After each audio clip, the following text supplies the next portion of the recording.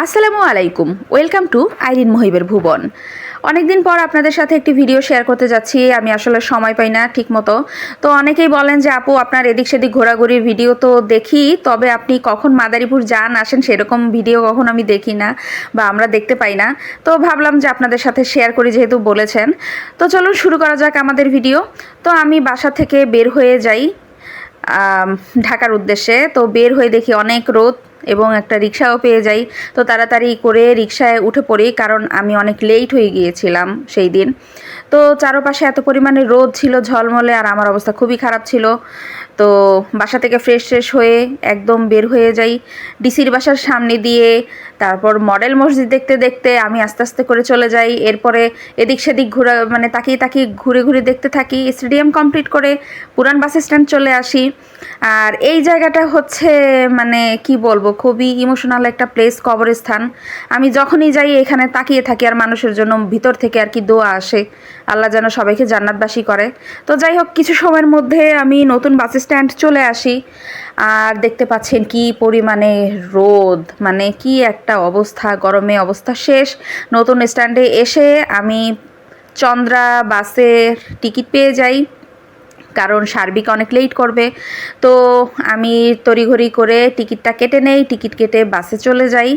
তারপরে হচ্ছে কিছু সময়ের মধ্যে বাসটা ছেড়ে দেয়।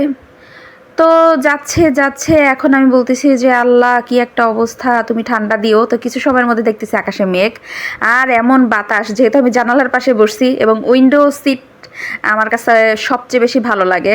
তো বাতাসে উড়াই টুড়াই নিয়ে যাচ্ছিল, এরকম একটা অবস্থা। আর আমি পুরা একা ছিলাম, আহা কি মজা। তো কিছু সময়ের মধ্যে যাচ্ছি খাগদি পার হয়ে আমরা মস্তফাপুরের কাছাকাছি চলে আসছি। আর এই হচ্ছে পল্লী বিদ্যুৎ মাদারীপুরের মানে মেইন পল্লী বিদ্যুৎ এরিয়া আর অফিস ওইটা। আর কিছু সময়ের মধ্যে চলে আসি মস্তফাপুর। আর এখান দিয়েই হচ্ছে যারা কুয়াকাটা বরিশাল যাতায়াত করেন তারা এই প্লেসটাকে অ্যাটলিস্ট খুব ভালোভাবেই চিনবেন। এই পাশ দিয়ে হচ্ছে বরিশাল পটুয়াখালী যায়, আর এই পাশের হচ্ছে অংশে ঢাকা যায়। তো আমরা এই দিক থেকে যাচ্ছিলাম। আর 5-7 মিনিট এখানে লোকজন ওঠানোর জন্য থামাইছিল বাস। আর আমার মুখ আবার একটু মানে কুড়মুড়ে না হলে ভালো লাগে না বাসে। তো আমি পেয়ারা আর চাল ভাজা এগুলো কিনে নিছি, এটা আমার অভ্যাস আর কি, বাসে উঠলে আমার একটু লাগে আর কি। তো এই হচ্ছে ছাগলছিড়ার এরিয়া। এখানে ছাগল কি ছিঁড়ছিল কি না, কোন জন্মে ছিঁড়ছে আমি জানি না, কেন নামকরণ করা হয়েছে, বাট ভালোই লাগে নামটা শুনলে। তো কিছু সময়ের মধ্যে এখান থেকে যাচ্ছি আর পাটের গন্ধে, ও মাই গড, মানে যেই গন্ধ। তো যাই হোক, দেখতে ভালোই লাগতেছিল যে এরিয়াটা আমাদের সোনালি আঁশ, ঠিক আছে। তো যাই হোক, অনেকদিন পর গন্ধ পেলে ওটা কোনো প্রবলেম নাই। কিছু সময়ের মধ্যে ভাঙ্গা চলে আসি এবং মানে ওই যে হাইওয়েতে উঠতে যাচ্ছি আমরা। তো কিছু সময়ের মধ্যে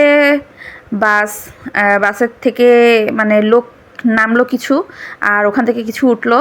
তো এরপরে হচ্ছে আমরা চলে যাচ্ছিলাম সেই হাইওয়েতে, মানে উঠবো।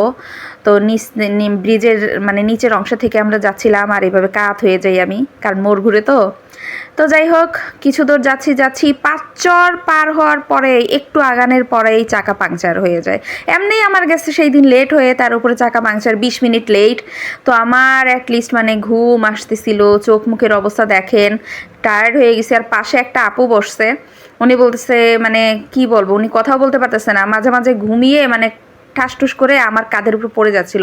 পরে আবার সরিও বলছে, বাট ইটস ওকে, মেয়ে মানুষ তো, সমস্যা নাই। তো 20 মিনিট পর আবার গাড়ি চলতে শুরু করলো। বাট এই যে যেই সুন্দর প্রকৃতি, ঠিক আছে, আমি মানে দেখে খুবই মুগ্ধ, মাশাআল্লাহ অনেক সুন্দর। আর চারপাশে একটু মেঘ রোদ এরকম মানে অবস্থা ছিল, আমার কাছে ভালোই লাগতেছিল। এরপরে হচ্ছে আমরা পদ্মা নদীর মানে পদ্মা ব্রিজের কাছাকাছি চলে আসি। তো এখান থেকে টোল কমপ্লিট করবে। তো টোল দেওয়ার পরে হচ্ছে এই যে উঠতে শুরু করলাম পদ্মা ব্রিজে। তো দেখতে পাচ্ছেন নিচের এরিয়াটা কত বেশি সুন্দর, আর আকাশ তো সুবহানাল্লাহ অনেক বেশি সুন্দর।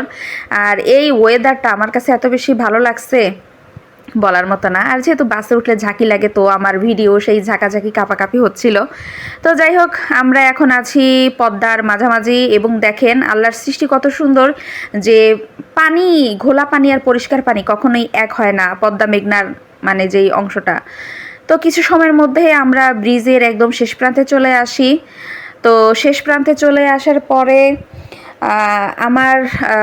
আমার নামার ইচ্ছা ছিল না চুনকুটিয়াতে, কারণ চন্দ্রা গাড়ি একদম নয়াবাজার ব্রিজ পর্যন্ত চলে যায়। তো আমি ওখানেই মানে চলে যাই, পোস্তগোলা ব্রিজের এখানে যে চলে আসছি, চুনকুটিয়ার কাছাকাছি প্রায় চলে আসছি, এরকম একটা অবস্থা। তো আমি আর ওখানে নামি নাই, এর জন্য একবার আমি নেমে যাই কোথায়, নয়াবাজার ব্রিজের ওখানে নামবো, চন্দ্রা গাড়ি আর কি ওই পর্যন্ত গুলিস্তান পর্যন্ত যায়। তা আমি ওইখানে নামবো কিছু সময় পরেই, কারণ আমি চলে আসছি চুনকুটিয়া। তো আমার এই ছিল মোটামুটি জার্নি। তো আমি সময় মতো নেমে যাই, নেমে গিয়ে হচ্ছে আমি একটা রিকশায় উঠে যাই এবং ঢাকা ইউনিভার্সিটির এরিয়া দিয়ে সুন্দর মতো হাওয়া বাতাস খেতে খেতে আমি চলে যাচ্ছিলাম। এই হচ্ছে আমার মাদারীপুর টু ঢাকা ব্লগ। আজকের ভিডিও এই পর্যন্তই, পরবর্তী ভিডিওতে দেখা হবে খুব শীঘ্রই। আল্লাহ হাফেজ।